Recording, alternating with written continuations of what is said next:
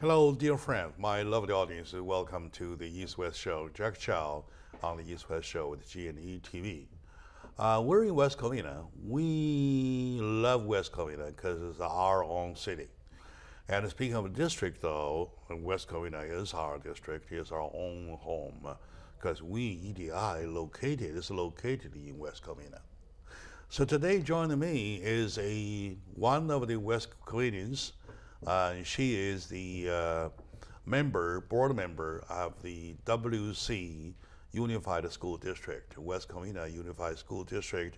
Her name is Jessica Shoemaker. Welcome to the show.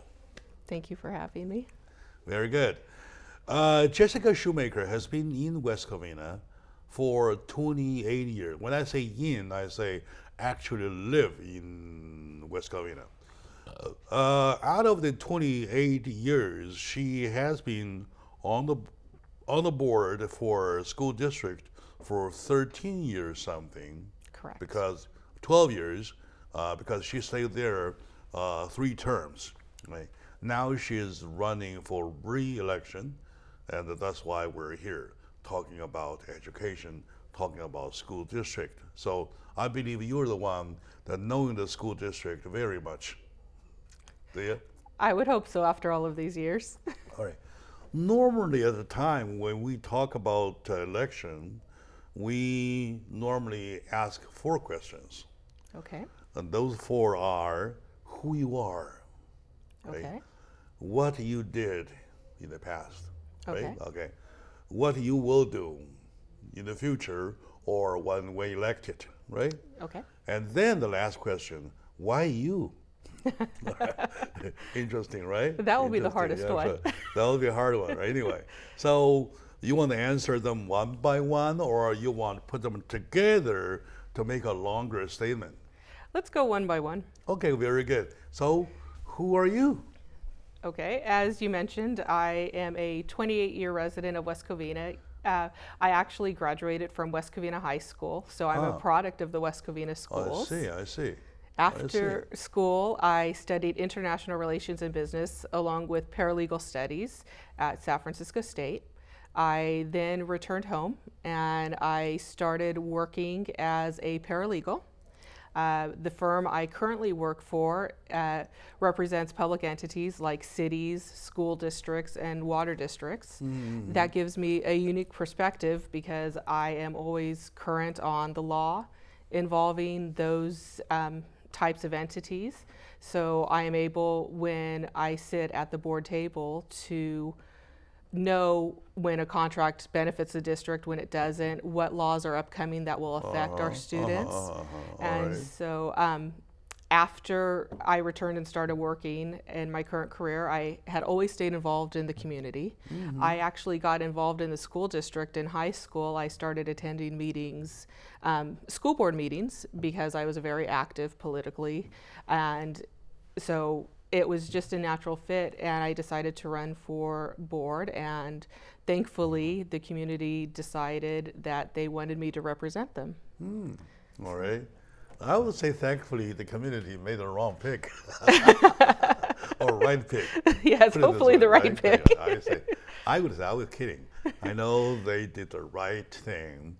And I learned that from my friend Luann Arredondo, yes, that you are not only a person with a great personality, however, you are very, very diligent at your job. I try to be. And you're knowing laws is quite a plus, because the school district you can't avoid dealing with contractors. Yes. On and on and off, like that kind of thing, right? So, well, very good. So you answered who you are and what you did, and once elected, what will you be doing? I know that you've been there for 3 terms already, yes, right?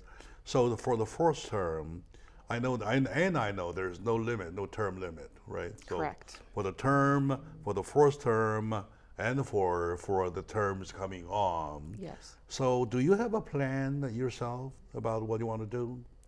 Well, in 2016, the West Covina Unified School District passed Measure ES. And that was a very hard vote for me because personally, I do not like bonds. I do not like burdening taxpayers with the cost of bonds. But when I was first elected, and it's been my guiding force throughout my terms on the board, it's a question I always answer, which is, will this improve education for our students? And so when the issue of Measure ES came up, I did vote yes, and that was a $143 million bond. And what it came down to for me is we need to be able to provide world-class education. I visit schools all the time, and I could go into West Covina High and Edgewood Middle School. Yeah, hold it right there. You're saying that 2016, a bond that was $143 million Yes. for the purpose of a first-class education, right? Correct. So was the money spent the right way? Number two, did you guys turn out the number one first-class education as it was scheduled? I think even without the bond, we were providing a world-class education. And that's part of what my next term will be. When you visit our district now, you will see many improvements have already started. Our district is very fiscally responsible, so we were actually able to begin construction on certain things before the bond even came in. And so the reason I voted for the Measure ES, and the reason I thought it was important and why it would be a focus of my next term, is I can go into classrooms, and I graduated 20 years ago now, and there's another board member who graduated 40 years ago, and it's the same science classrooms that we had then. And it has none of, the same Bunsen burners, the same everything else. It doesn't have the room for the technology and engineering that has come about recently. That's quite a shame. Yes. That's quite something to point out. So what was the year when you left the class? 1999. 1999. So we're talking about 19 years already, Yes. right? 19 years later, they are still teaching our kids the same thing.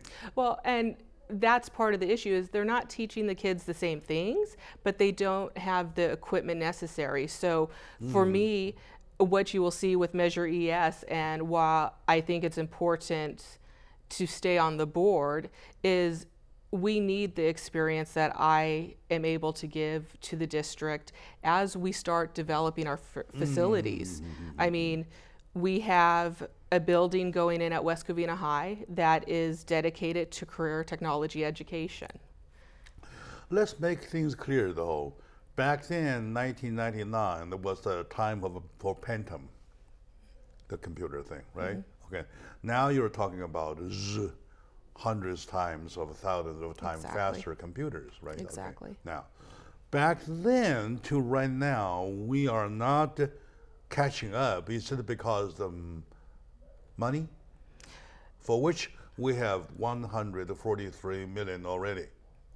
Well, is it the manpower? We don't have 143 million already. When you do a bond, the misconception is you immediately get that money. And it's a little complicated, but it basically boils down to when you pass a bond, you can only fund how much the tax base allows. And so what we were able to fund immediately was about half of it. And so based on the tax base, then there will be 3 offerings. And so we'll get another percentage in a couple of years and a few years after that. And so it's been the priority of the board this time to focus on getting the career technology education building, redoing the science classrooms. We're putting a performing arts center in West Covina High to enhance our arts programs. We're putting in a building at Edgewood that will have game design and graphic design and video production, all of the things that we see will be jobs going forward. And so that is our focus. And the next round, then we can focus on, the classrooms that may need newer piping versus. In other words, the same class is not necessarily teaching the same stuff 90 years ago. Correct. It is doing something new. Oh, right? yes. Let's take a short moment now. We come back. We'll continue from that point on. With me today, my dear friend, is my new friend, Jessica Shoemaker. She is the board member of WCUSD for West Covina Unified School District. She's been there for 3 terms already. That's 12 years. And she is running for re-election. Let's take a short moment out. We come back. Let's find out if she is the one to win the next election. Stay with us.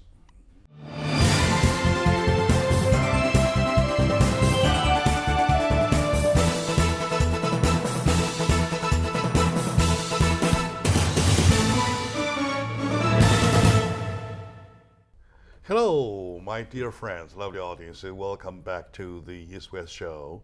My name is Jack. I'm with the East West Show on G&E TV.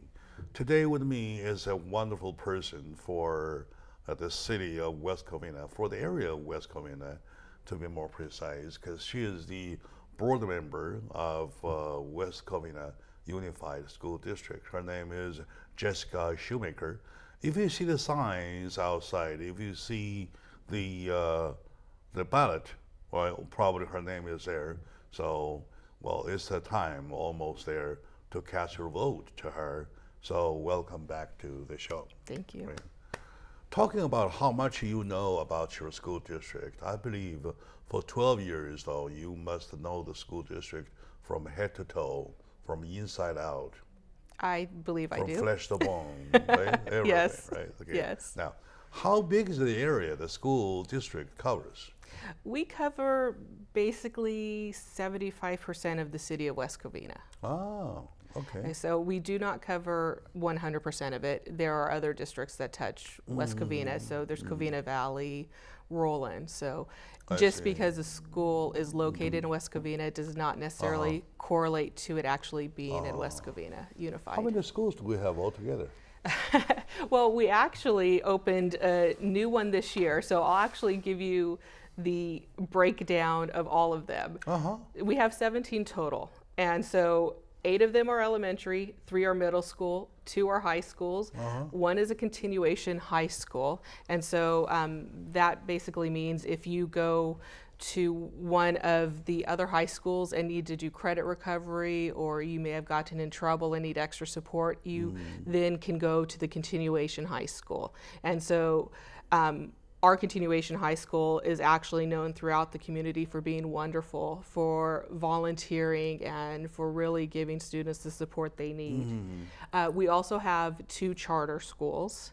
One is actually on a campus in West Covina Unified, and the other one is a online only program.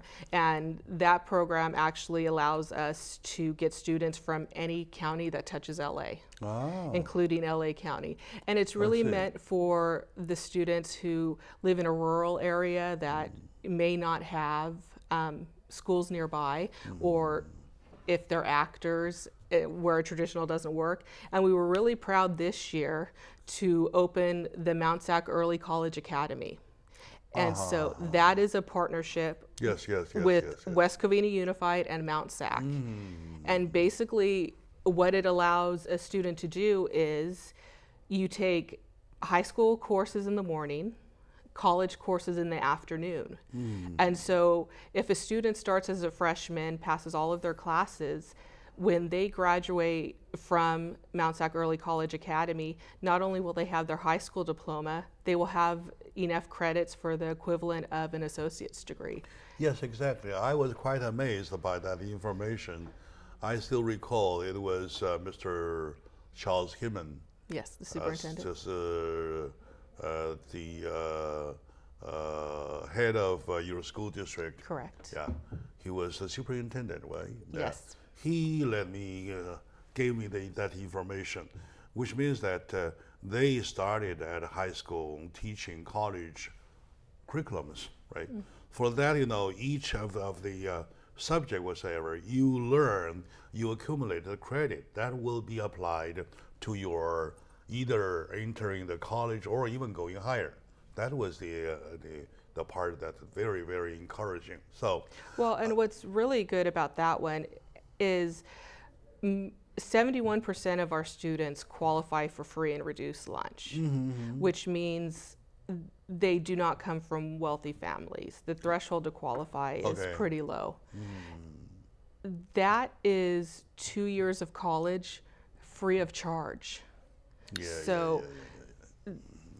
Because it's at the high school level with getting the college courses, it's free of charge. That's 2 years of college that's free. That's even more significant.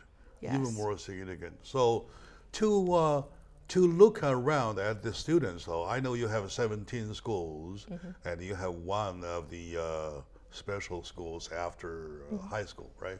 And how many kids you have? How many students you have altogether? Without the charters, 8,500.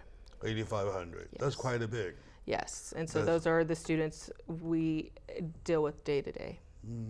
And then our charter school that has a campus in West Covina has about 1,100. I see. So as a board member of the school district, you feel satisfied about our schools? Or you're not? If not, or if yes, why? I don't want to feel satisfied. I want to always work to do better. And so I think it's important to not feel satisfied, to constantly be curious, to constantly look for new programs. What can we do better? What we're not, what we're doing really well. How can we help expand what we're doing well? Let's end what we're not doing well. And so I'm very proud of our school district, and I think we have an incredible staff and incredible teachers. But that is what makes me so proud of the school district. But satisfied is not a term I would ever want to use when it comes to education, because the world is changing so fast, and with it, education needs to change and how we educate students. And so I don't want to be satisfied. Very good. That's a very nice statement. There's never feel satisfied. You always work for better, right? Okay. Anyway, big philosophy, good philosophy.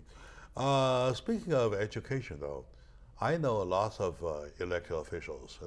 At my job, I can't prevent seeing them almost every day. So, and to quite a few of them, I take the opportunity to let them know how important education is in my mind. And of course, they do agree, right? And they do have their slogans. The more I talk to, the more I feel it is a word on the lips. It is only a word on the lips. And I really wish to see the excitement inside towards the importance of education, rather than, oh yes, that's important, and then that's it. Right? So how important education is to your knowledge, please? I think it is the most important opportunity we can offer anyone is education. If you look at the countries around the world, the ones with the highest living standards, economic standards, are all countries that educate their populace. And so we need to do that for our students and our community.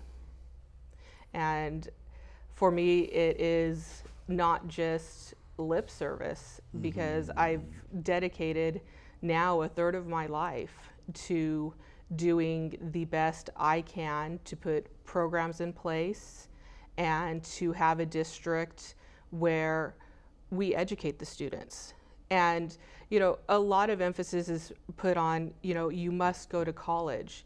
Our philosophy in West Covina Unified is, when you graduate from West Covina Unified, we want you to have the opportunity to do whatever it is you want to do. Go to college, go into a career. We just want you to have that opportunity. Very good.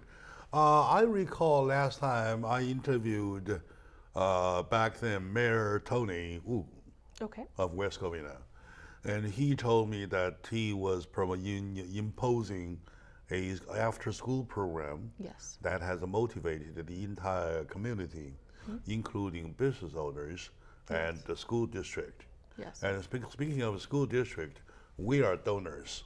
We Yes. EDI are donors. Yes, you are. We did, I recall, for last year, we did twice of a big lump sum, right? Okay. Yes. Now, it's an effort of everybody, right, Yes. including EDI. When you include EDI, of course, my effort's there too, right? So I'm talking about the fact of, do the programs work and how? You know, Tony is one of my supporters, and what I have really appreciated about Tony is a lot of time, as you said, elected officials say education's important. And I've always found it interesting, especially when city council members say they're going to run for city council and make the schools better. My question has always been, how? You're not the I know what you mean. You're not the governing body of the school district. You don't make the decisions. But Tony was really one who had an idea, and it was his after-school program.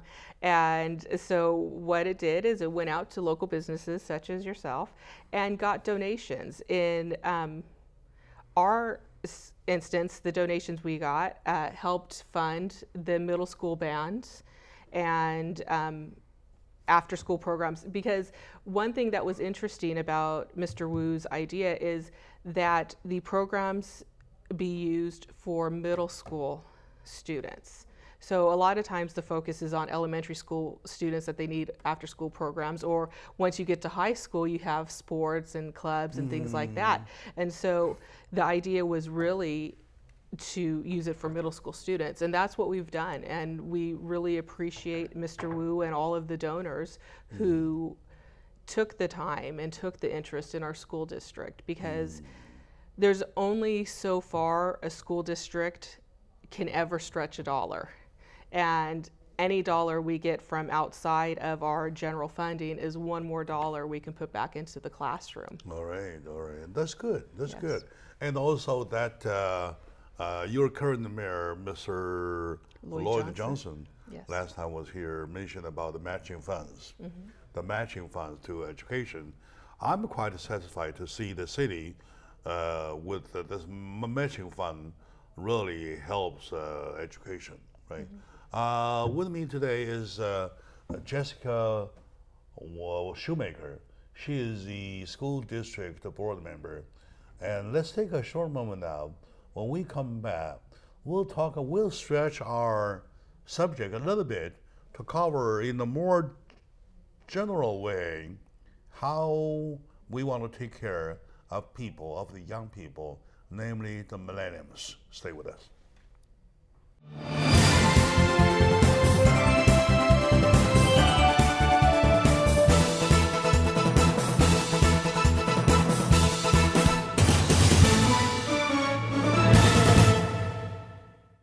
Hello, dear friends, lovely audiences, my dear fellow Californians. If I really want to pinpoint where we are, I'm talking about West Covina. I'm talking about West Covina's Unified School District. Joining me is my friend Jessica Shoemaker. She is the board member of WCUSD. She's been there for 3 terms. That's 12 years altogether, and giving comment now about what they are doing and what they will be doing, because she is now running for re-election, of course, right this November the 6th. Yes. So you're talking about 2 weeks, a little more time left already. Well, we're almost there. Talking about education, you really have to make some time cut, right? time cut being that, you use some terms to do time cut. You call the late 50s or early 50s the baby boomers, right? And you call the 2000 and around the millennials. Correct. Right. Looking at nowadays, you find out that most or some or quite a bit of the baby boomers are still working because their replacement are not ready yet. And speaking of their replacement, which is the millennials though, they are still babies to my eye, or in my eye, they are still babies, though there's a gap in between. So I would turn this, which I call a crying baby, to an educator. Let's see how she understands or takes care of the conflict. You know what I mean, right? Well, it goes back to education again and teaching for the jobs of tomorrow, not the ones of yesterday, which are a lot of the jobs that the baby boomers fit into. And so, I mean, the millennials are stuck, and so are the baby boomers, because it's not necessarily that the baby boomers want to retire, it's they can't retire. And the millennials came of age. I agree. Also, with the economic downturn, the worst we've seen since the Great Depression, and so that has really caused issues on, the affordability to retire and also the affordability of getting a job. Lots of people say our economy is at the best of the past 30, 40 years whatsoever. However, our millennials are still living with their parents under the same roof. And they are being supported by their baby boomer parents. So I don't want to give it a good or bad a definition. I just want to see there is something there. Well, when you interconnected or separated? When you look at economic reports, the salaries and wages have not met the inflation. And so I am right at the edge of the millennial generation, the end of the Gen X generation by where I was born. All and right. so you're in between. I am. I am. They actually call the year I was born, they're starting to call it Zillennials, because we fit into Gen X in some ways and we're millennials in others. And so I actually call it the best of both worlds. All right, okay, anyway, you're a mixer anyway. Yeah. Yes. And so I think what you're seeing is, I think the students, the millennials, want to work, they want the jobs. There's also a little bit of confusion as to what to expect in your behavior and set hours that needs to be addressed when it comes to millennials. Millennials are also known to be creative and out of the box thinkers. And so I think that will help in the future. But in terms of living at home with mom and dad, I think the jobs available, the rate you get paid at those jobs, and the cost of living are just such that they don't mix. Besides the fact that they share the rent. Yes, besides the fact that a lot of them have a tremendous amount of student loan debt. Yeah. And so what you could be paying for a mortgage or a house is being paid to student loan debt. And on the hand, the whole country is talking about the economy going, so on and so forth. But a matter of fact, you look around, you see the millennials, they are still hanging on to their parents. Take my son, for example. So he can't live without me, right? And they are, of course, we want to make sure our only baby are protected. Yes. Yet they got to learn themselves. They never had a chance to learn. And they baby themselves. Yes. They pacify themselves to be a baby. That's what I see them. Okay. Right? They act like a baby, they think like a baby, they do things like a baby because you have the environment to taking them pacifying them as a baby, and they enjoy the pacifying, and they pacify themselves into a baby. Yeah. That's a problem. Well, they're also the first generation to grow up after 9/11 and to grow up, I mean, I grew up in West Covina, and this is where being a zillennial comes into account, because I still was able to run around, ride my bike to school, play outside till the lights came on. Now you read articles around the country. I mean, Utah had to pass a free roaming kid statute where one, sometimes it's not safe any longer to let your child walk to school, or two, you send your child who's old enough and you get in trouble. And conceptually, you find them extra mature on the other end. They can be. Right. On one end, they are extra immature. And on the other end, you find them very, very, very mature. Yes. Right? They stay together.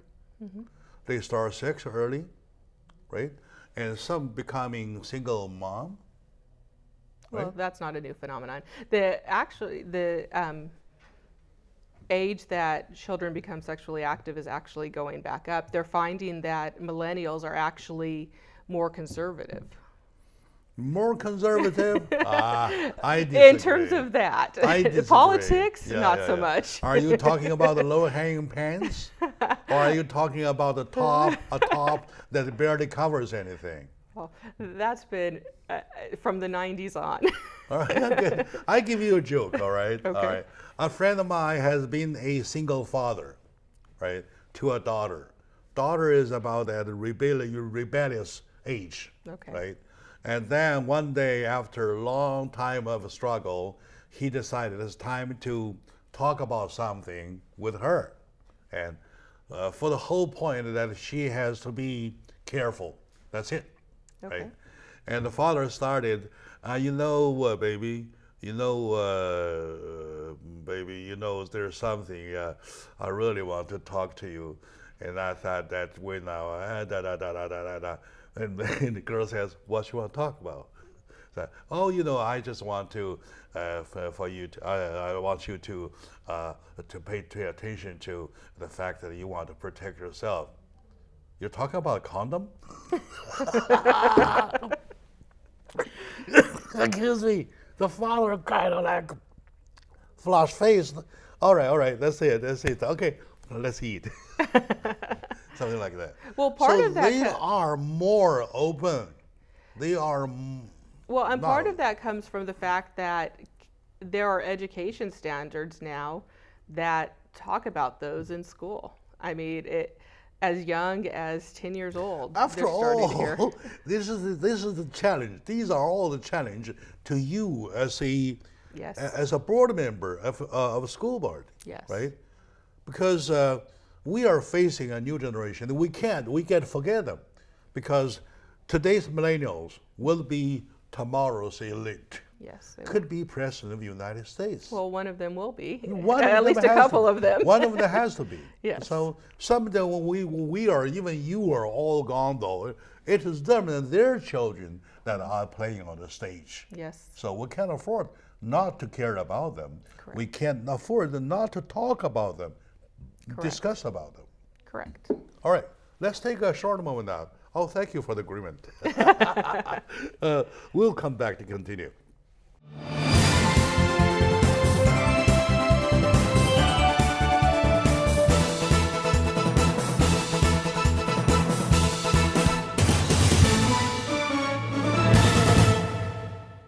Hello, dear friends, lovely audiences. Welcome back to the East West Show. My name is Jack. I'm your host for the East West Show with the GNE TV. Yes, education. You know me. If you know me, you know my love, education. Because it is so simple that without education, you do not even have a future. It is not for something for today. It is something for the future, something for posterity, if you want to stretch it all the way into history, right? Anyway. With me is my friend, Jessica Shoemaker, the board member of WCUSD, West Covina Unified School District. and she's running re-election. I'm just testing water with her, trying to showcase to you how deep this person is involved with the school district and how much she knows about her business. When most of the time people do not know what they're talking about. That's a problem nowadays, right? Okay, Yes. Back to the point. I know that in your mind you have been putting it on your alert that this millennial generation is really our headache, and they are really at the high school, college level in between, right? High school level, and I really appreciate. I'm thankful, even thankful to the fact that your college program started early, Yes. and some even went into the middle school class, right? So that's a plus, plus, plus. So for that though, do you think there is a big communication job between people my age to the millennials and the people your age to the millennials? Yes, because Communication. well, and the communication is so different for this generation than it was for your generation and even my generation, because my generation was the in between. We didn't grow up with the cell phones, all of the internet right at our fingertips, and Okay. obviously baby boomers did not have that at all. And so the way millennials and baby boomers talk and communicate has to take into account those realities. You know, for me, you know, I didn't like texting. I preferred to talk to people on the phone, but the more I have gotten used to technology, I'm now, okay, I'll send you a quick text. By the way, may I ask a little question, personal question? Sure. Because it's important to know that if you have kids yourself. I do not have children. I was first elected when I was 24. I see. And I actually have 2 nieces and 2 nephews who I'm very close to. You deal with them anyway. Well, and they're in our they're in West Covina Unified, Good, and good, so good. I have a very personal interest having gone through the West Covina schools, and even more so now having my nieces and nephews there. My sister happens to now be a single mother, and so I have taken a role of another parent to them. So I'm at all of their performances. By that I mean, Yeah. it is the district's job, district office, so that the board's job to teach the kids to learn to appreciate our time, your time, and to love the time that they are provided, Correct. right? With a much, much, much more appreciation, like that. Okay, I'll give you an example. I was born in China. I came here rather late, around my 30s something, Okay. right? Okay, and regardless to say that back then we were very, very poor. We were extremely, extremely under poverty, Yes. right? So, and they're here in the United States. Well, to my son Andrew, right? I was once playing a single father, right? Yes. And every morning it was me to wake him up, to cook for him, doing the mom thing. Yeah. I said, okay, come on, baby, wake up, wake up, wake up, breakfast. He said, open his eyes, what's for breakfast? I said, eggs. He said, eggs again? Eggs again? Right? Yeah. You know what I said? I said, Sonny, back in my days, only when I was running a fever, Yes. right? My mom will boil me and an egg. You know what he says? Oh, eggs cure fever. Do you know what I mean? I want to ask you, do you mean what I mean? Do you understand what I mean? Yes. You all right? Yes. I want to tell him my hardship. Yeah. And for him to understand, he wants to enjoy what he has, right? Correct. He doesn't take that. He doesn't understand. He doesn't have to understand because he has never experienced, Correct. right? He said, oh, yeah, an egg cures a fever, huh? Yeah. Something like that. So it is our job to let them know the hardship, Yeah. to understand. So that's why I want to talk about a school and education of communication, on the part of communication. Do you think that's possible for some of the parents, probably you put up a class for some of the parents to sit there, chat, to talk with the kids? Yes, I think it's possible to put the parents and students together. We actually do surveys every year. We call climate surveys, and students fill it out and parents fill it out. And sometimes it's interesting to see the difference between how a student feels a school is in terms of, let's say, safety versus what a parent sees. And so I think the next logical step could be to put the parents and students together and have that communication. That's a very good thought. And also, last thing I would like to check with you is that at your position, you must put the school safety first. Yes. Right? And nowadays, with the terrorists around us, with all the happenings and the frequent happenings, we really have to be alert. How ready WCUSD is for that area, for the protection of children, for the public safety, school safety, so on and so forth? We are very ready. One of the priorities while I've been on the board is having school resource officers at our two big high schools. And I'm proud that we are able to afford that and have made that a priority. And so we have school resource officers. The city and school districts also have safety plans. Each of our schools have safety plans. School resource officers include those safeguard guys? Yes. Security guys or Well, private security?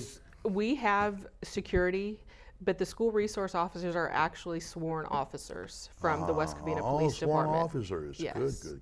Yeah, from the West Covina Police Department. So, And that we should be thankful to the police department, because I know they're running a shorthand on staffs. well, and what happened is they are running a shorthand, and so when we asked for the school resource officers, we pay for the majority of the officers. So by doing that, that enables the police department to have the two officers. Sometimes when it's down to a point of just total manpower, though, the money wouldn't work.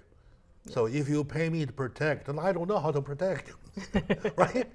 Yeah. And I want to tell you, say, hey, Jessica, just wait. I'll look around for somebody who knows how to protect. Yes. So money might not necessarily work in this case. Well, no, but I'm saying our money works in that we are able to afford the two officers. Yeah, good. And I believe school district did a good job by putting the school safety first, right? Yes. Without going home safe, you don't even have an education.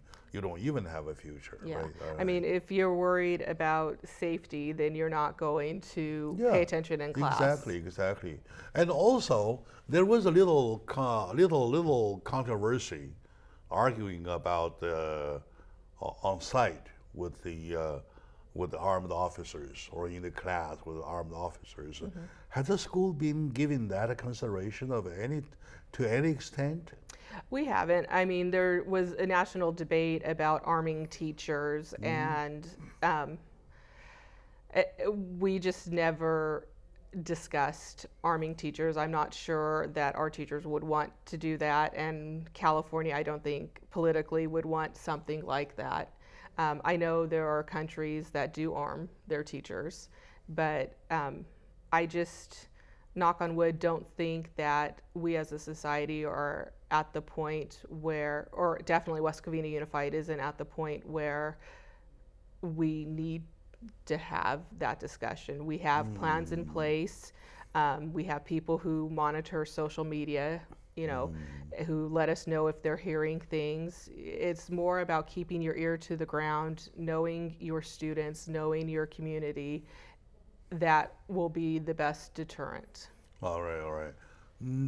Be vigilant, knowing something about to happen, not necessarily going over sensitive or tension up all the time, right? Correct. Now, I have about a minute time.